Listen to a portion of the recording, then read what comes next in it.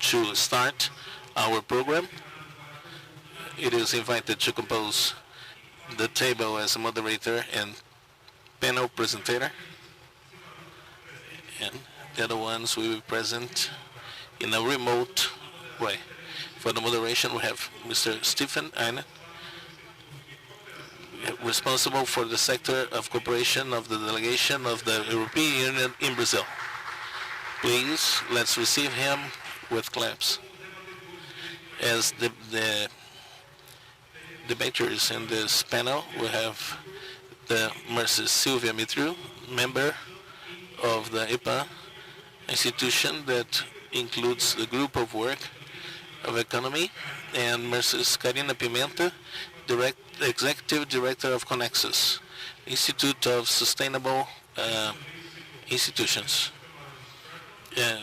Mr. Jeferson Camarão Straatmann, Facilitator of Social and Environmental Institutions, and Mrs. Florika, Director Manager of Environment of the European Union. In this moment, I would like to pass the word to make the moderation, Mr. Stefan. Boa tarde a todos, muito obrigado por esse tipo de... A única pessoa que vai aqui falar, que não vai falar remotamente. E então, eu, como um novo embaixador, o ministro, hoje o vice-presidente. Other participants who are interested in bioeconomy in the Amazon. Bioeconomy, sustainable bioeconomy in the Amazon is certainly a topic that interests us a lot in the European Union and here in the delegation of the European Union.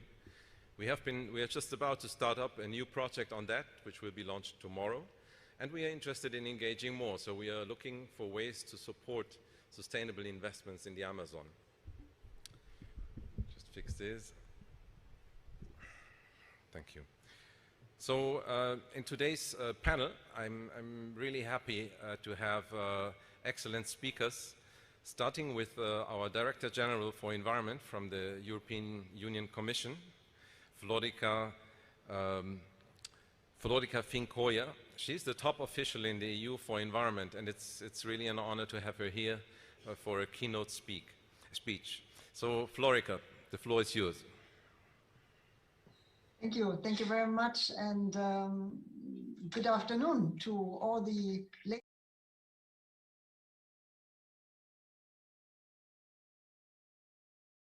Eu sei que vocês estão lá, eu estou muito feliz. Is about Amazonia in loco, and I have to say the moment could not have been chosen better.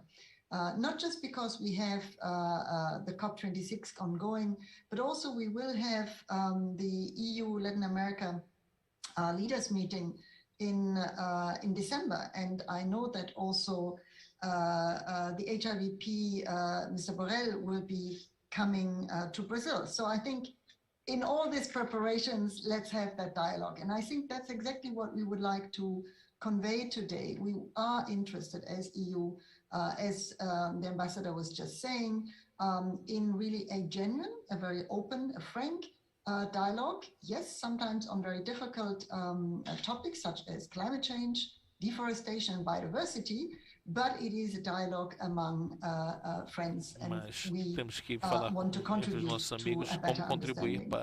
Now, climate change and biodiversity loss are very interdependent, and they are exacerbate each other, and that is actually something which has come out and is coming out as we speak at the Glasgow summit on climate change. And this is why we want to look at it in a very integrated manner, and that's why we need high aligned climate and biodiversity falando sobre a biodiversidade, o clima e as suas mudanças. E no COP26, nas reuniões, nós tivemos uma pressão para encontrar a delegação brasileira na última semana em Glasgow, e nós tivemos uma continuação do diálogo, e nós realmente procuramos ter comentários e sobre as suas expectativas sobre a reunião sobre biodiversidade na COP15 e agora como essa agenda internacional prossegue na região amazônica a respeito das discussões que nós estamos tendo em Belém. Umas poucas palavras que eu gostaria de falar agora sobre os novos apanhados de hoje. Não é uma política muito nova e não apenas sobre a regulação do clima, mas também de uma área sistêmica e social e uma mudança total da sociedade atrás de uma sustentabilidade competitiva, strategy for growth. Uma estratégia para o crescimento. I have to say this is not just about trade as an end in itself. It's actually about trade as a tool for prosperity. But when we talk now about trade, we often now use the word a regenerative economy, so a circular economy, uma an economia economy that has regenerada, a different footprint on carbon, but also environmental seguindo os footprint, passos and exercise do que less foi pressure on natural resources. acordado e dentro And do basically, it's about exercício dos a recursos, different way of producing diferentes and maneiras de consuming. produzir, So a sustainable economy and prosperity. uma And as a economia de consequence, we look now sustentabilidade e at prosperidade. every value chain, Então, whether it's under the farm to fork approach em for cada agribusiness. negócio que é feito, nós temos que atualizar a nossa estratégia. Nós sempre temos que operar de uma maneira a nos preocupar com a sustentabilidade. E eu acho que é importante, nesse contexto, vocês são a comunidade de negócios e vocês têm que entender como nós estamos nos envolvendo e nos reunindo para cooperar juntos. E vocês podem estar ouvindo um pouquinho dos seus clientes, mas isso dá a vocês novos caminhos, mas também lucros e perspectivas de um relacionamento sustentável, ambiental, de longa duração. E principalmente na região amazônica. E agora eu quero ir adiante. Como nós indicamos, a floresta é uma parte muito importante para a União Europeia. E nós temos que lutar contra a devastação da floresta, desflorestamento. E como eu coloquei no início, nós temos que andar lado a lado e andar de mãos dadas para resolver isso. Porque nós temos uma responsabilidade em conjunto para evitar essa desflorestação. Então, a floresta, que é uma área maior do que a União Europeia, é importante ao redor do mundo nos últimos anos. Não é mais do que 3 anos que ela é muitas vezes o tamanho da União Europeia. Então, nas opiniões que nós conseguimos na reunião da COP26 em Glasgow, o Brasil infelizmente alcançou a liderança no desflorestamento nesse último ano. Então, a União Europeia está comprometida com evitar esse tipo de desflorestação. Então, a desflorestação, infelizmente, é um obstáculo, entendeu? Que atrapalha muito a evolução do mundo e do Brasil, e um novo potencial pode ser alcançado se nós alcançarmos essa unidade. Então, os nossos cidadãos mostram muito interesse nesse tipo de trabalho para evitar desflorestamento, e nós começamos a ficar preocupados no nosso propósito de alcançar desflorestação. Então,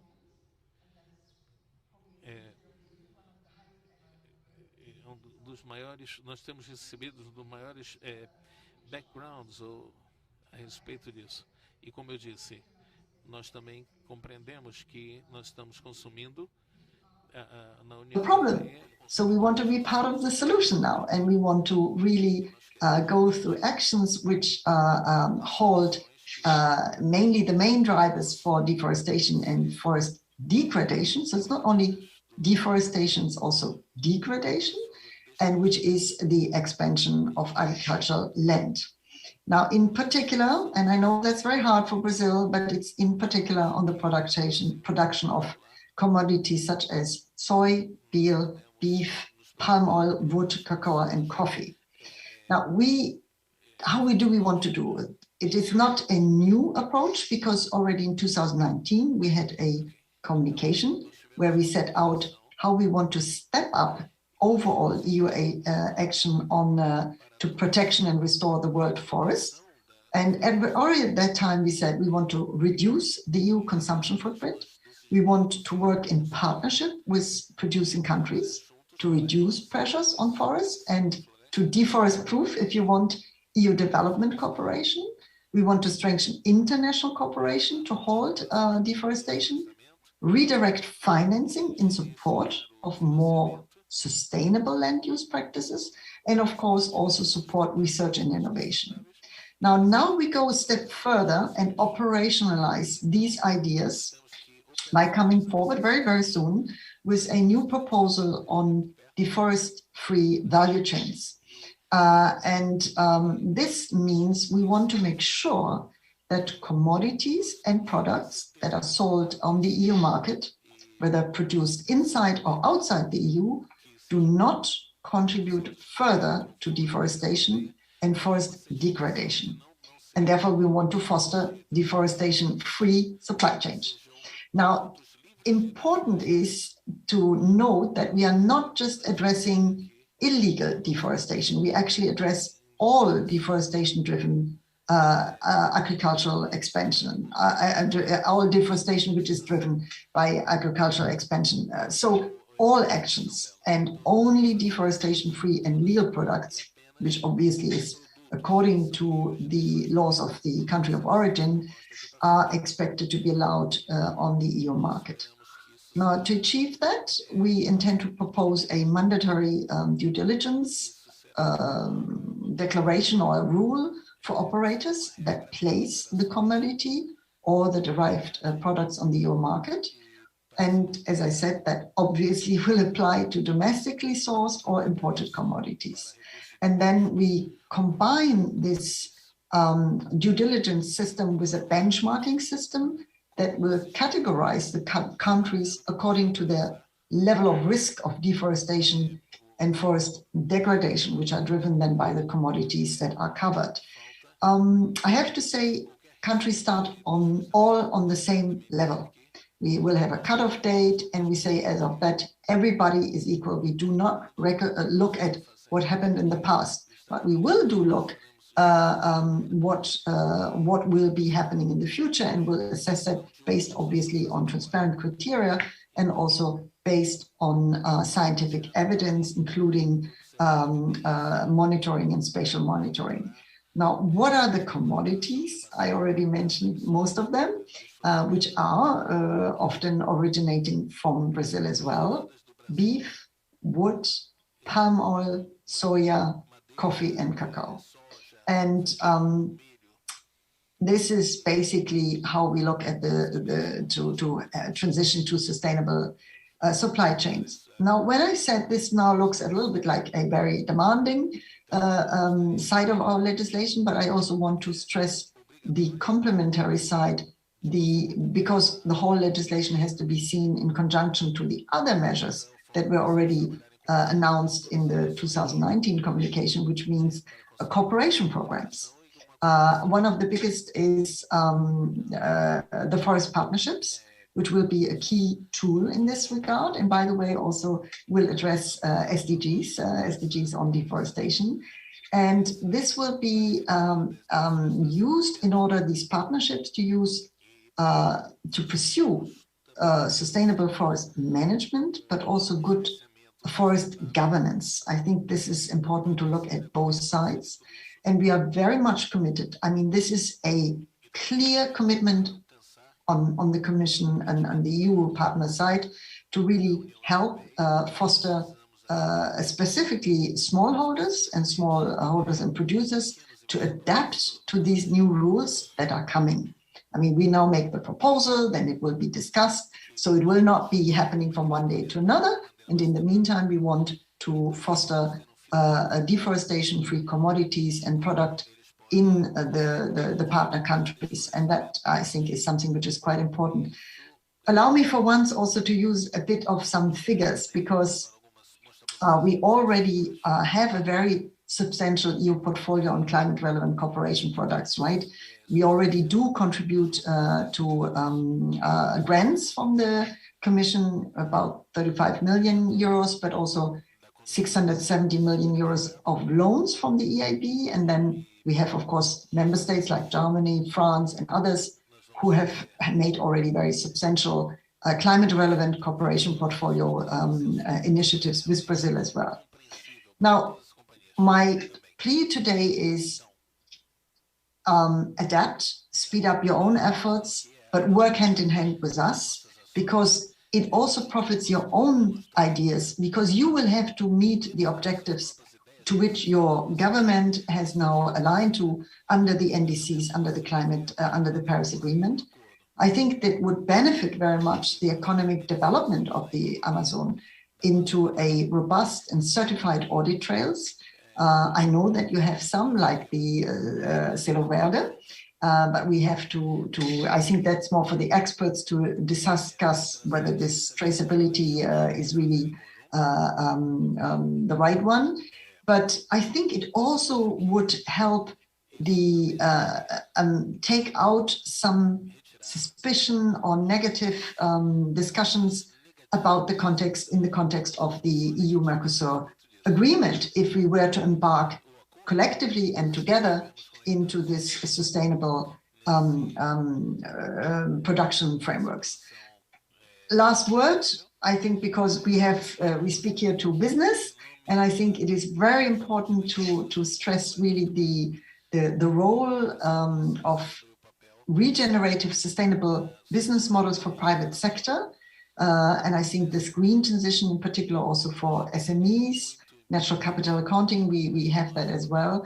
But we would very much stand ready to help grow sustainable business in the Amazon. And there's a lot of cooperation coming from DG INPA, and they are preparing even a 5 million euro project on bioeconomy in the Amazon. So I think there is a lot of funding flowing, which should, however, also really profit smallhold farmers and the indigenous people, but then also business, and also spur that transition towards a sustainable production form. And I think if we work on this together, we can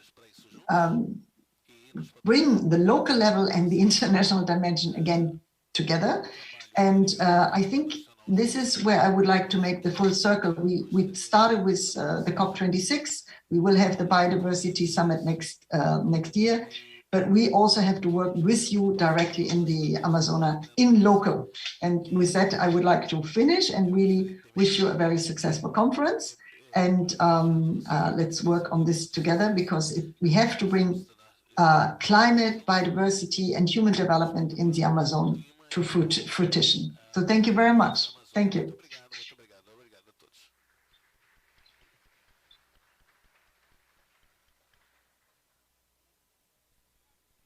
Muito obrigado, Flora, por seu discurso, e foi muito importante para nós. Nós estamos falando sobre os consumidores de florestamento, e que nós temos que conseguir produtos certificados. Os produtos de florestamento não poderão mais continuar olhando nas corporações aqui no Brasil. Então eu gostaria de dizer que eu estou a cargo de complementar isso dos feijões verdes. Então a economia na produção brasileira. Ele disse que existe um sistema de crescimento sustentável que nós podemos trabalhar, existe uma economia inteira que nós podemos criar, e essa é uma oportunidade nova para a União Europeia de participar. Agora, eu estou muito feliz de introduzir o próximo apresentador do Brasil, doutor em Sociologia do Instituto de Polipesquisa e Pesquisa da Amazônia. Ela é membro do grupo de Bioeconomia e coordena a população local. Sylvia, ela vai nos falar sobre a bioeconomia que nós queremos. Sylvia, por favor, a palavra é sua. Eu vou falar em português, né? Um combinado entre nós, estamos no Brasil, né? Muito obrigada, Stefan, pela introdução. Obrigada à Florika pelas palavras dela, né? Que são inspiradoras e traz boas notícias, né? Obrigado boa tarde aos meus copalestrantes, a Carina e o Camarão. E, acima de tudo, boa tarde a todos que estão aqui acompanhando esse evento. Nosso agradecimento, né, o agradecimento do IPAM pelo convite, o prestígio deste convite, né, de estar aqui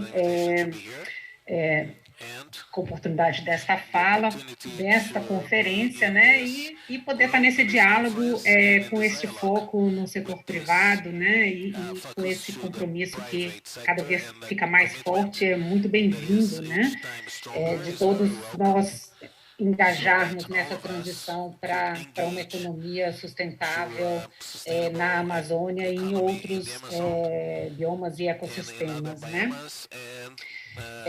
Então, deixa eu começar aqui a minha apresentação com vocês.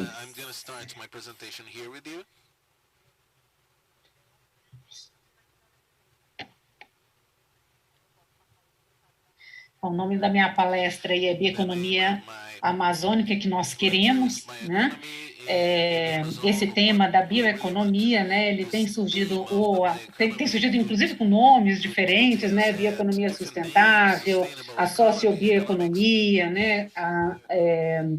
A Amazônia 4.0 também tem uma semelhança, né? Então vemos um crescente esforço para imaginarmos e colocarmos em prática modelos e práticas, né, para uma transição para uma economia, para uma sociedade que seja sustentável no longo prazo, que seja justa, né? Então, o IPAM vem se debruçando também nesse conceito, em face a um certo receio também de nós mesmos nos perdermos no que nós estamos entendendo por bioeconomia, não só por uma questão dos outros, mas de nossa própria prática, né? Como reconhecermos que estamos falando de bioeconomia, né? Por isso, a bioeconomia amazônica que nós queremos. A minha fala vai centrar em comentar, compartilhar com vocês 5 pilares que nós identificamos, né, para uma bioeconomia amazônica e alguns 2 grandes desafios que nós vemos, né?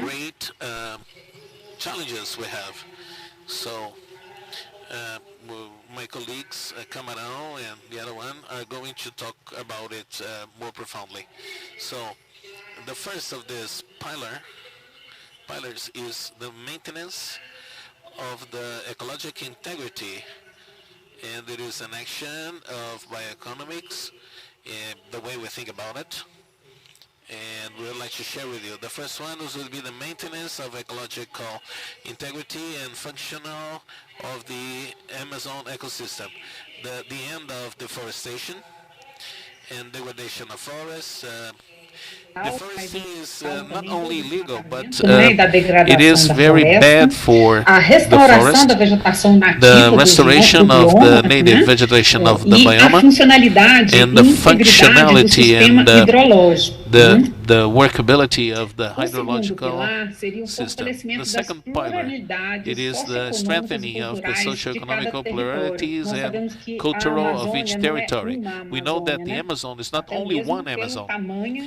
It has a size, and there are many pluralities in the point of view of social, cultural ways and ecosystem. So here we are talking about the necessity to connect with vocation and the peculiarities of the territory and the matter of territories, the landscape of the ecosystem, the respect to the fundamental rights of all the actors in the place, the peoples and the social groups, the cultural groups, valorization of the economical dynamics, regional and local ones, that preserve the integrity, the ecologic integrity of the ecosystem. Inside the diversity of the Amazon, there are some places where it is more present in order to valorize economically this work, this preservation of the ecological integrity of this ecosystem, and the valorization, the valorizing of the good practices of fair distribution of revenue.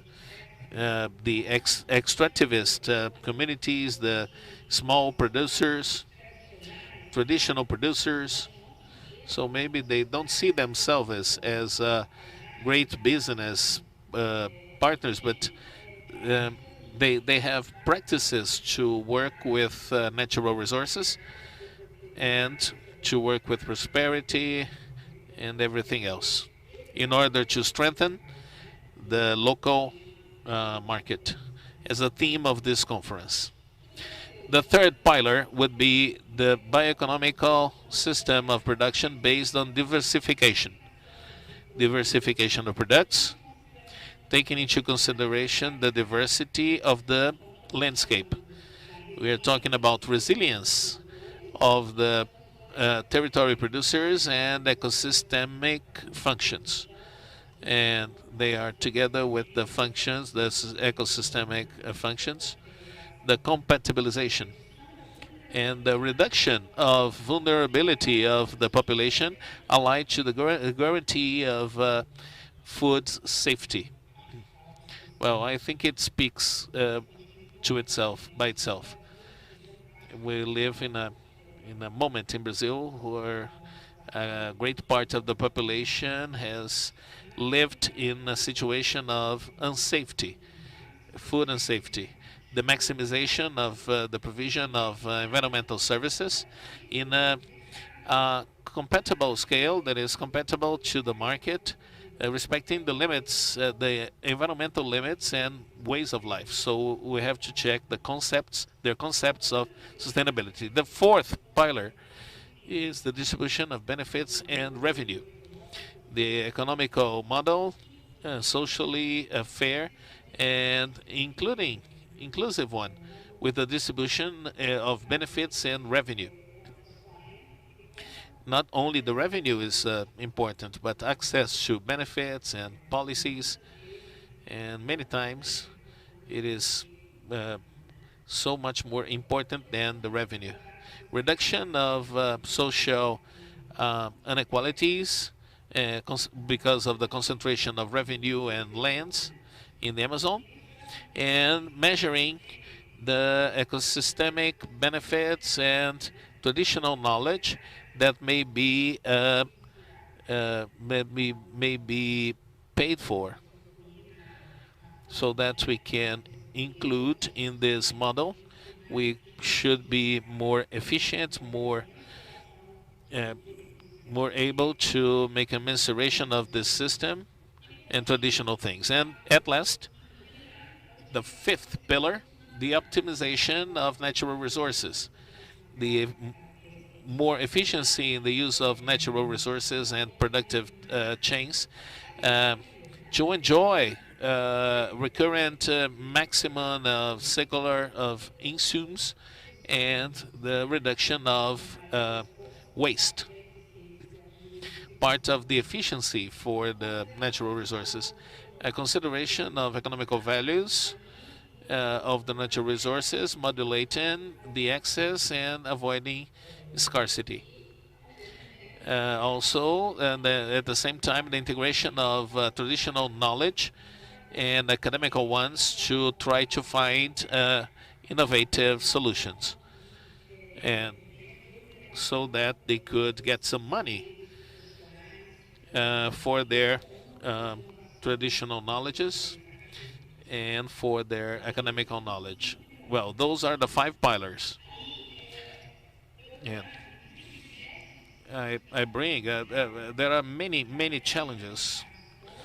We could not list all of them, even without taking into consideration the challenges that the private sector has. Well, I would like to focus on some of the challenges that I believe that are in this transition that we are proposing in the private sector and the society that is engaged. I have 2 challenges to present so that we could guarantee how we can make it. So how can we know that this bioeconomic economy that we want is for the Amazon society? One of them is the matter of scaling. Well, people who have already worked in the Amazon, we are used to hearing that the matter of scale is a barrier to the economical sustainability for traditional communities, extractivist and indigenous ones. But we need a scale of production that would be enough to work with the rest of the chain of value, getting to the consumer and many other ones. But we have 2 other ones here that I would like to bring to you to take into your consideration. The matter of social environmental sustainability, viability, and economical potential. Is it the scale is always necessary? Is it feasible and compatible to the social environmental sustainability in all territories and all the chains of value, especially those ones directly linked to the area that they are very protected, and being able to protect the forest in a whole, the integrity of social environmental communities, protecting them from climatic changes. We can think in a scale in terms of volume of production in a different way. So we can just raise the scale of production. Not always will be compatible to that balance of economics and other elements of sustainability.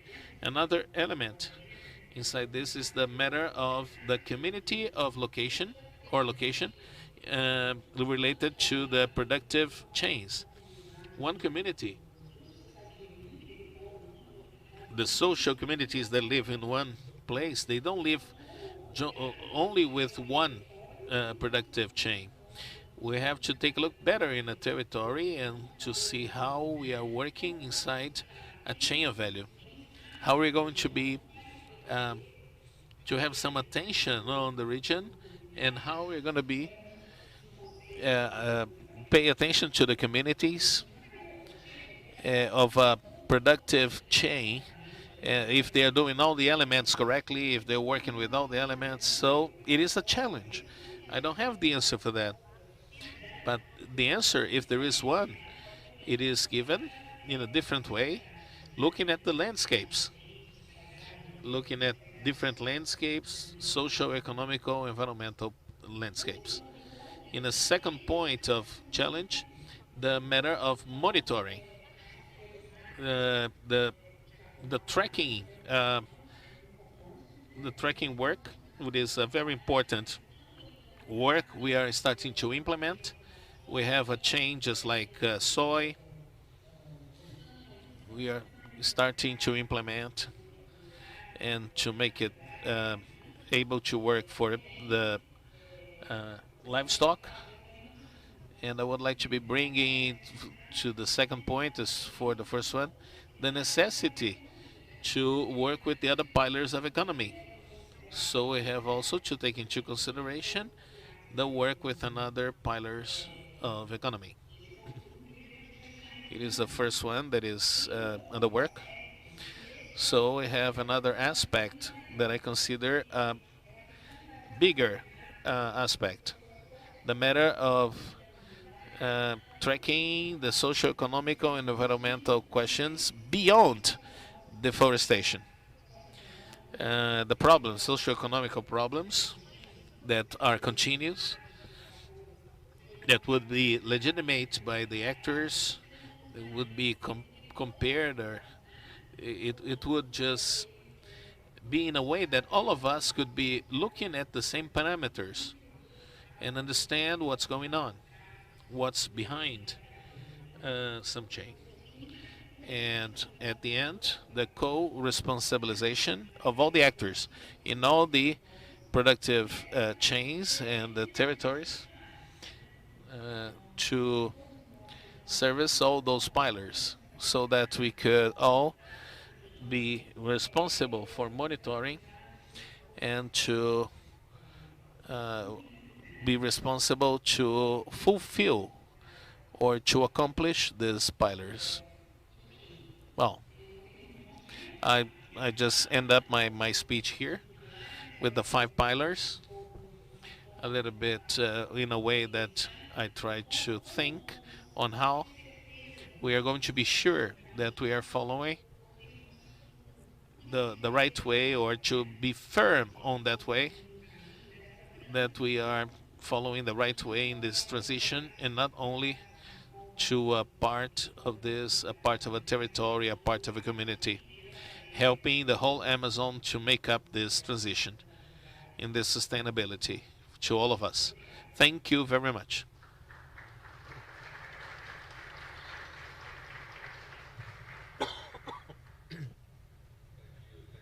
Muito obrigado. Obrigado pela sua palestra.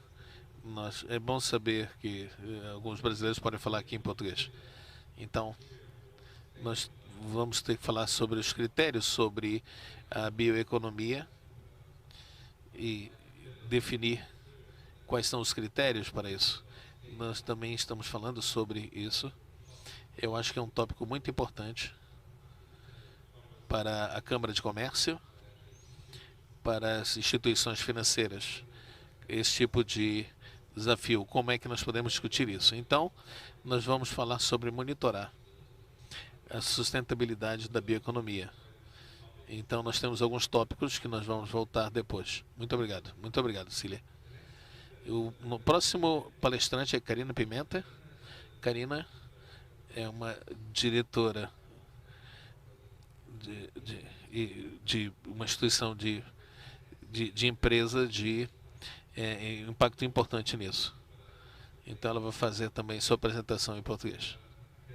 A Carina was graduated from the School of Administration of São Paulo, and she has a master's degree in development in the University of Sussex.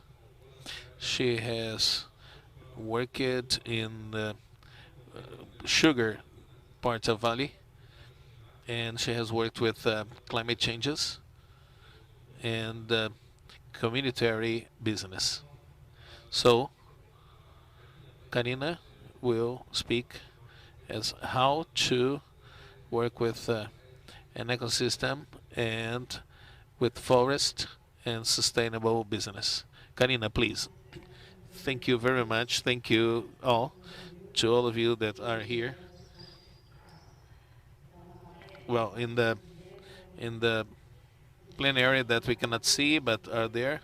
I'm sorry I'm not in Belém for this speech, but to participate in this privileged forum to discuss something so important. But I would like to start talking about the expertise of all those who are fomenting the system of support to business in rural and forest business that are at the point of the chain of value inside the forest. and that involve a great part of the population that is in the Amazon, and that should have more benefited group from this economical transition, because they are the ones that we want in the region with the least volume of development. We would like to privilege it. I would like to ask your permission for a presentation here to support my speech.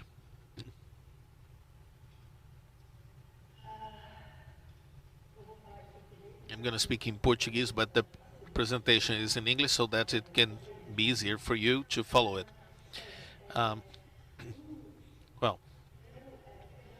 Well, first taking the hook of what Sylvia had said, the Amazon is an umbrella of different things. There are many Amazons. I have brought a recent study that was published in the Amazon, a group of more than 200 specialists and organizations that are thinking of development strategy for the Amazon. And one of the conceptions that I think is worth to, when we talk about bioeconomics, are the different Amazons that we have and the different economies we have in this scenario. Here I try to bring you the scenario of distribution of the use of the land, but we could be talking about the distribution of populations and communities and many other aspects. But these layers can illustrate so well the differences of economies that we can develop and what are the matters that are important for the economics. So you can have many areas of the Amazon in conservation areas where the economics where you can generate is the one that we can work on based on the extractivist populations, traditional ones, indigenous ones, or matters that Sylvia has brought, the scale on how it operates, and the recognition of the services, the socio-environmental services that those people bring. They could be valorized for the products they extract from this region, the areas of transition that are marked in red, more or less, and the areas under pressure with the contention of the deforestation, legal and illegal, that make the operation of the activities in the forest. Here you have the group of regenerative procedures and many dimensions of the economical issues of the Amazon. There are many areas that are degraded that could be turned into more productive areas. The opportunities that we have to generate an economics that would be much more important. If you compare the production of livestock in the Amazon, you can multiply for 5, 6, 10 times the productivity for hectare. So the question is, how do you induct this process? Not naturally in the people, but we have to create an environment so that they can flourish. Overall, the people that are involved with that, we have the economics of the areas in the converted areas and the matters that were put here. Very important to assure that the impact that the cities are having on the climate and soil are monitored and controlled in order to be evaluated in the development of grains. So I'm going to focus on these areas where there are more questions on what is the size of these economics in the Amazon. So here I bring some data that are more illustrative. There is a check of reality on how the state of development is in the area of the Amazon. So we start in a line of data that we could show in the development of these economical activities, comprehending the local actions, economical actions, and wishes of the populations, and the opportunities that surround it, and as also for the local development of the area where they are. So it is important to see a map where there are 400 communitary communities that produce acai and nuts, and some families that produce a lot of different products, being some of them inferred in the area of family agriculture, but a great part of this group of producers that present a significant part of it that distributes revenue and value, they are located in small property or in the units of conservation and extractivism. There are areas of protection where you can have some production that are sustainable. So a great part, a great majority of these communities produce commercial posts that are very focused on products in natura, with not very much producing process, with no intermediates. We need intermediates to perform. They have intermediates that perform low value to those activities in the community and generate difficulties in the organization of the chain of value in overall. So one of the great challenges when you look at this reality based on the University of the Amazon is that that reality in most of this business has a revenue of 60,000 reals a year, $120,000. They are organizations that are very immature at their development, and you need to develop an ecosystem that should support the development of those businesses with tools that are more proper to this situation. And here we have worked a lot on commenting with many other institutions what type of actions you may develop so that those communities could fulfill a transition to a model that would enhance the economical sustainability and to insert patterns of procedure in the market so that they could share their products. So, in a point of view of the activities, we have been focused a lot on the actions of procedure in the market. We have worked on the finances in many different strategies as something that is very important in this change, not as a finality, but to impulse financing, education, prices that are very important so that the involved ones can understand their role.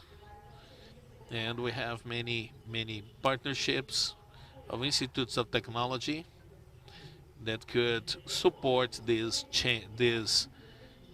So we have a gap, a very big gap of a format of management of capital directed to the scale with the considerations of Sylvia of these economies, so that you need to know this reality and have more flexibility to understand that you are in a journey of transition of this organization. So sometimes we have to reduce quickly the deforestation to generate an economics that could favor the activities of the production of fruits of the land, the time of the communities, the time of development of these businesses is not always understood by who works with it. It's necessary to foment the economics in the Amazon. So sometimes the community have to participate in this discussion about economics. Well, in the point of view of financing, we have dedicated a lot to construct strategies that could support the business. We can see many opportunities, and one of the most important ones is that we could bring the public policy to bring to support the family agriculture in Brazil. And Brazil has one of the most developed actions, okay, to help them. And now it is turned to the conventional production of agriculture, okay, livestock and grains. So the economies that are in sustainability in the sustainable chains are completely out of the system. So one of the works that are more interesting that we have worked on is how to direct these resources available in a profit rate that is very significant, so that you can amplify the competitivity, sustainability, to widen the work of this kind of work. Now we have rates that are 4 or 5 times lower than the understanding of sustainability. So how we are going to do it correctly? So it is one of the works that we could be working as agents of microcredit, of making the policy in the Amazon, with the objective to build an entrance inside the market of biodiversity. The financial agents, not only in the Amazon, but other agents, they are not easy to be seen as a market in development. So those are strategies of public policy that has these resources, but also to attract and direct the investors of impact. Overall, when they look at the Amazon with great interest and the cost and how to get to the mature businessman, looking at parameters that are looked at other realities, and overall, if you can support strategies of hybrid financing and study of these capitals, looking at the public policy to investors, ESG, and looking at the philanthropy work developed in that, and it's going to be fundamental in this chain. So not only for us, but in other institutions, they create vehicles that could be different, vehicles of fomentation that could produce and start to help the development of those organizations. So here, I believe it's a great place where we need to diversify instruments of financing, not built in the reality, in the Amazon reality, and this sowing is very important for the development. We also have worked on direct making up some financing, and we have showed showed the characteristics of those organizations, what stage they are in, what kind of finances you can develop, so that in fact this business could learn how to use the resources. The conception of that the investment exists is something that is not always in reality in the imaginarium of the populations. So much of what we have built is how to make it up, the terms of financing, how the organizations, it is the first time that we have been working with financing outside of the traditional way of financing, either in local market, global market, the public market. So they are very small, but they valorize a lot our work with us, with them, and their reality, their reaction is much lower than what we expected from their reality. So if we build the correct incentivation and mechanism, we could have an interaction with them, and an improvement of the feature of economical reality. So the challenge here is not only financing, but generate value so that they could raise the resource of what is for them. So the strategy goes beyond this management area. So how to make up strategies, how to work with the market so that we can ensure the flow of products and all the matters that we have as for market, and that in the Amazon is so behind, and may permit that we in fact may develop these organizations, strategies of fermentation, and either for strategies of value and strategies of chain, so that we could have a landscape of products of different products. And sometimes you just attach to something that you just cannot see the whole thing.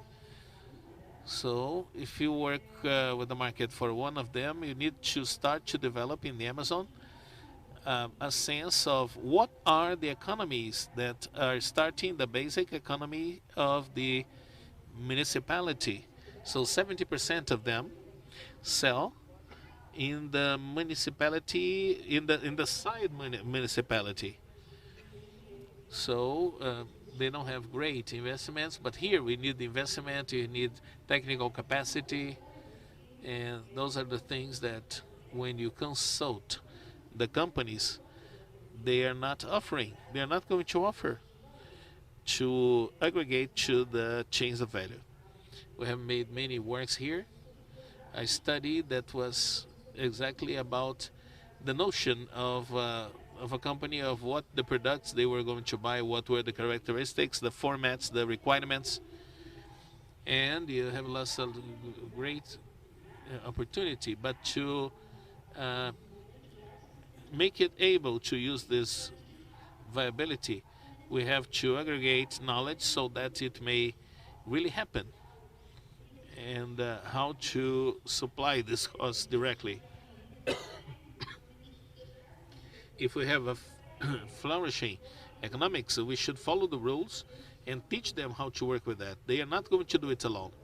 So you need to start at the level of platforms, of the diversification of the buyers, purchasers of this organization, in strategies of market, and also in a poll that we have worked a lot, is to support the providers, the service providers in Amazon, especially in the Amazon, a group of companies that are just appearing, and they don't have much structure, but that they have a potential that could be input. Okay, could have an input. It's not tomorrow that they are going to happen, but probably those are organizations that are very important in the structure of chains. And for them, this role of intermediates and incubators, and it is fundamental,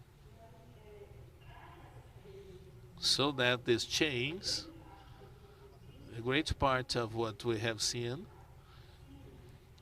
in this graph that is here, this green line shows the requirements of the market for short-term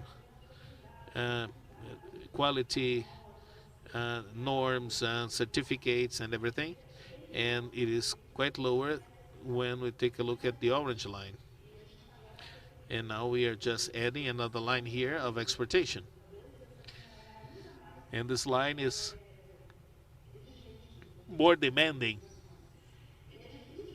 for the organization. So it is difficult for the organizations to organize it in the scale of production, and these orientations that are at the point of the chains are going to supply all these demands by themselves. Difficultly it will happen. So the construction of this ecosystem and groups of support would be small companies that are involved. It is fundamental in the strategic places, if developed in the next years. Well, we have bet a lot on that with many organizations, and looking at this kind of hub of work of support is conducting a process not only of development of national markets, but in markets of exportation. And the European Union is one of the ones that we can have a potential to build stable access to markets here. This year we are taking a look at the nuts, Brazil nuts, or specifically nuts from the Cerrado in Brazil, and looking at other chains that are very important for the socioeconomics and conservation, and they may build this trajectory. So the message here, the main message here, is that we need to strengthen this mechanism of support to the organization, or working for the region, and to create a mechanism of approximation to the products, providers of services, processing companies that could do that and put it in quality, or either inside the communities that are aiming to have this activity to develop this way. So it's not only one solution, but the most important thing is that we can see diversity and that we can bet in those things and give some investment and support to them. I think this is the message I would like to leave, and I would like to thank you very much. Thank you. Muito obrigado, Carina.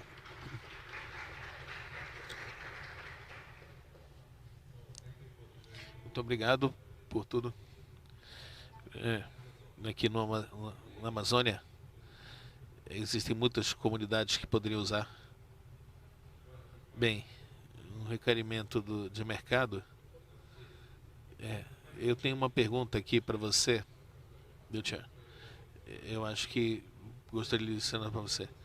In the opinion of Mrs. Carina, what is the motivation of bigger rates for the supporters and financiers? Bigger rates, well, the public policies, they have a subsiding rate. In fact, the government now is subsidizing at rate of 0.5% to 4%, and you're never going to find this kind of rate in the market. Well, in fact, what we have to direct is to work with the community and the work we want to build with the green economic condition. If it's a subsidized rate, we have to lower the tax of subside closer to the market rate. And as the banks don't know the chain of values of the forest, they are out of the forest knowledge, they are going to see it at a more risk, so they make up higher rates. So the relationship with them is a way that you could make them understand. But I think that it is impactable to make a strategy for that. Thank you, Carina. Ok, para o próximo palestrante, Jeferson is a doctor of production engineer and a worker of social biodiversity. He works with the economics of social biodiversity in the communities of territories of Rio Negro, and Suru and Sarupema. Ele usa uma das corporações que uma corporação é relacionada à comunidade. Então, por favor. Ok, obrigado, Carina, Sylvia. Obrigado a todos. já introduz muitas coisas, many things about what we were talking. So, Luisa, the work in Luisa, many things that we are going to discuss now has to do with the kind of work that we have done with our direct action, the learnings, and the licensing of sharing. Well, my speech is about economics of the social biodiversity, and in this photo this is very representative of our work. Communities, indigenous communities, quilombolas communities that work with a more profound economics. This is regenerative economics. We have the care of social biodiversity and biodiversity that generates and potentializes a series of impacts of values, of social environmental values that are wider than the economics can generate. And this puts this economics that is called economy of biodiversity, just like Carina said, social bioeconomy. It is a provider of services of impact more than a provider of insumes. This association is not very clear, but we're going to talk a little bit about that.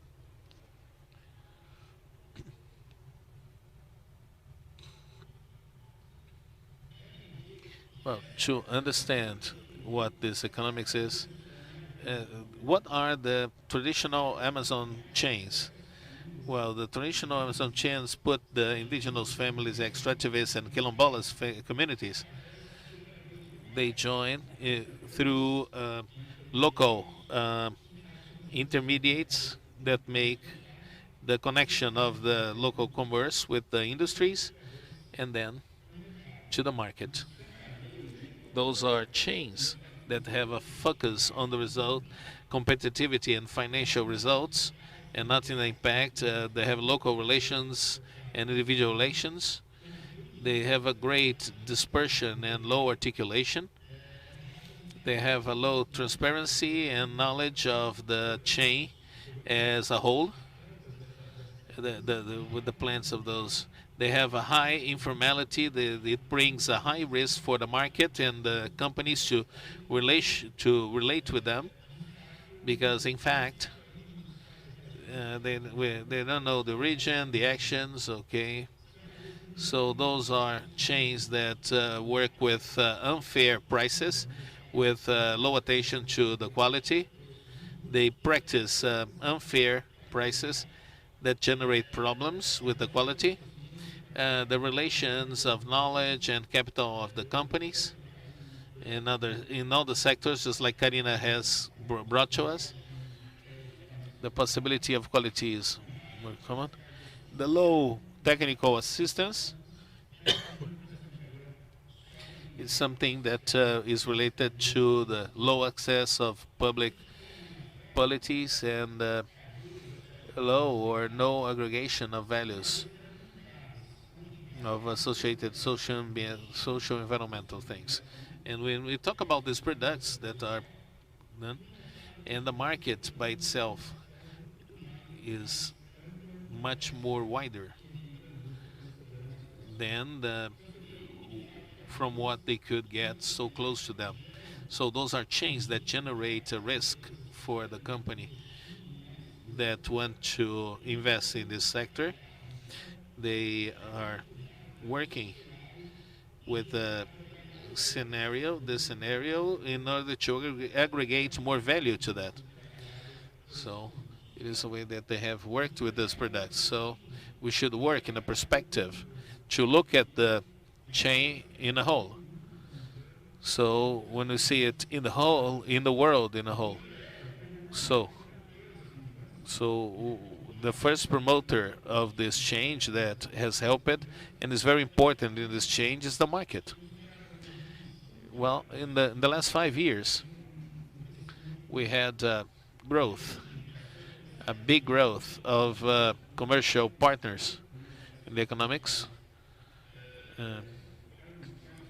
with the communities that are trying to develop new ways of relating to their products. Já Nintea Ikeboat are examples of companies that work with different insums in these chains, asking to improve their processes. The programs of public policies, the LUSH, PAA, and Wickboden, they are very important to work some time ago with the use of diversity of the products of the forest. So those are programs that that have fallen in the last government.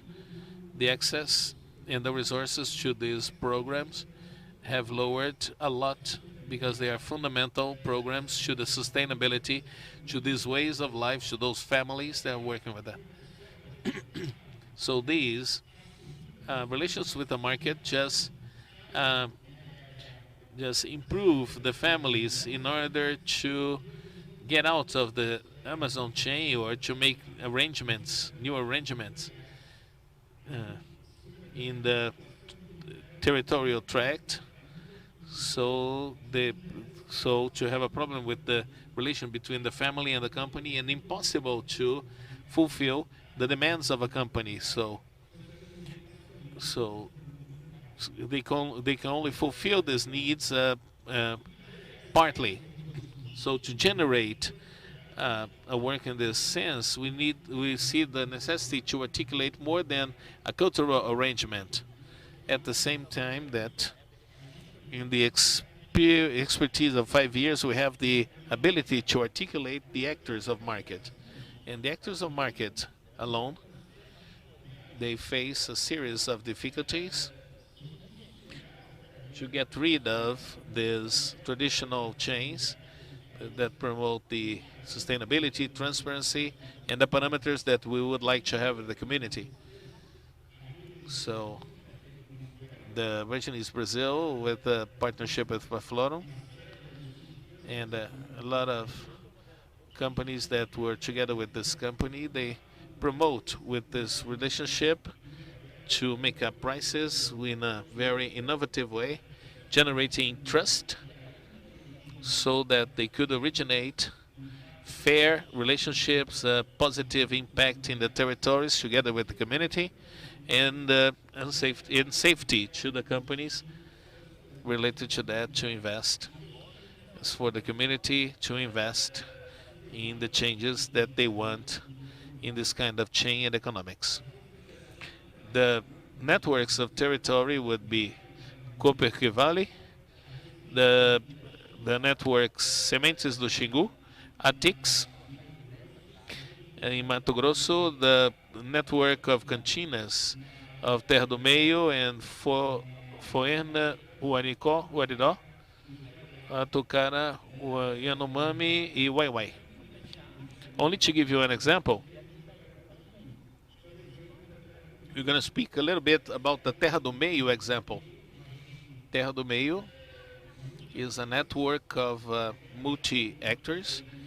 It works with a territory of 9,000 hectares. It is the size of Portugal. And the natural resources, the management of the contracts, it is organized in each hectare that you see in this map. There is a person that is responsible for the management of this communitary work in the community.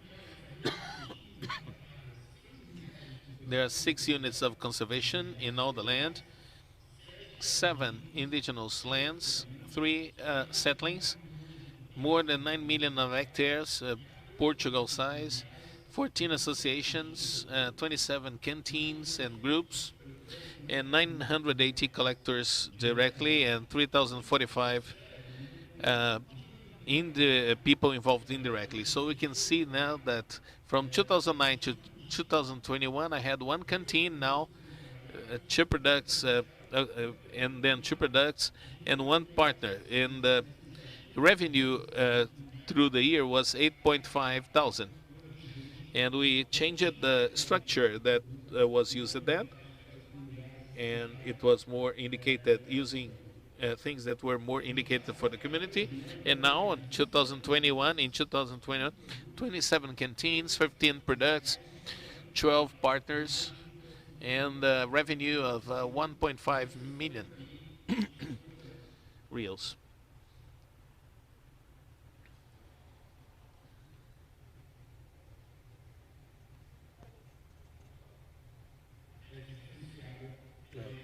Differentiate by them. Well, what we notice that is more than insumes. More than insumes. What has been worked with the companies, with the communities, with the market makers is the social environmental impact associated to these insumes. They have a circular economy, a regenerative economy.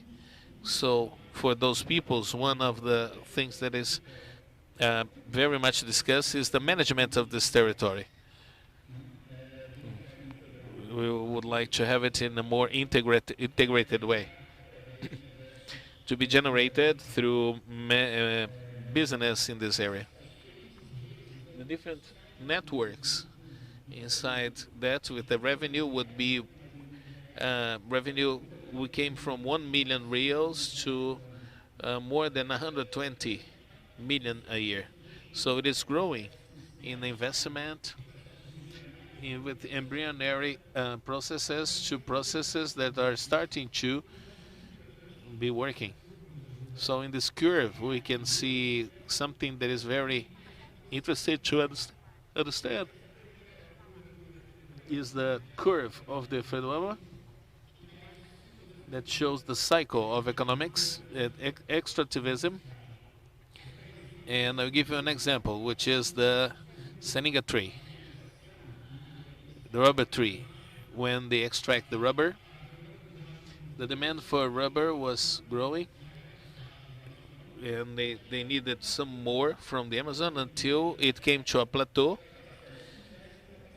where it could check the capacity, maximum capacity of the forest, and then the demand just continued growing, so that they made the plantation of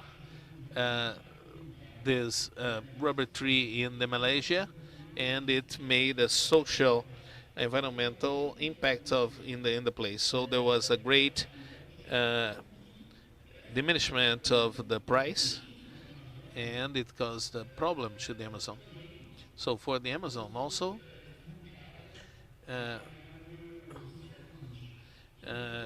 so that in the very beginning of the 20th century it was a problem, and we are afraid that it's going to happen to Guaraná and Açaí. So those traditional productions, they are in the first step. So then we go to have the articulation of more agents in the territories, and they generate some economy. And showing this area, going to be working with systems of production, and looking through this perspective, the bioeconomy of monoculture of Palma, it can't be compared to the babaçu that is produced in Terra do Meio. So both could be to cosmetics or to any other use, but a plantation of rubber tree in the Malaysia or in the southeast of Brazil, it could be commercialized in the same way. So what we understand is that bioeconomy, it has its place, it has its importance, but it's important to make a difference between bioeconomy and what bioeconomy we are talking about, and what is a social biodiversity. It generates management of the territory, it generates biodiversity, it has a social base that is strong in its structure, and it has a growing forest, in the monocultures. It generates. It has a. Is it possible a fair competition and balanced in these models? Yes, we need to have in some the challenges, the transition of paradigm of the economy of insums to an economy based on services and insums and services and knowledge, from what Sylvia has brought to us. It makes a series of service to the community. So the ways to get there are programs, policies, and mechanisms of commercial partnerships that recognize and retribute the social environment services and associated impacts, the amplification of partnerships that aggregate the impact of the associated value in the territories, communities, and products and services to their models of business, so that they could balance this sector to differentialize the products and services by origin and ways of production, organization, and handling of landscape as a part of a strategy of this social environmental economy on the social biodiversity. We believe that through this way it is possible to increase the level of business without this following to an unfair relationship in future ecosystems that could have a better work, a better price, but they cannot generate the impact of the value that the society and the state has aimed. Thank you.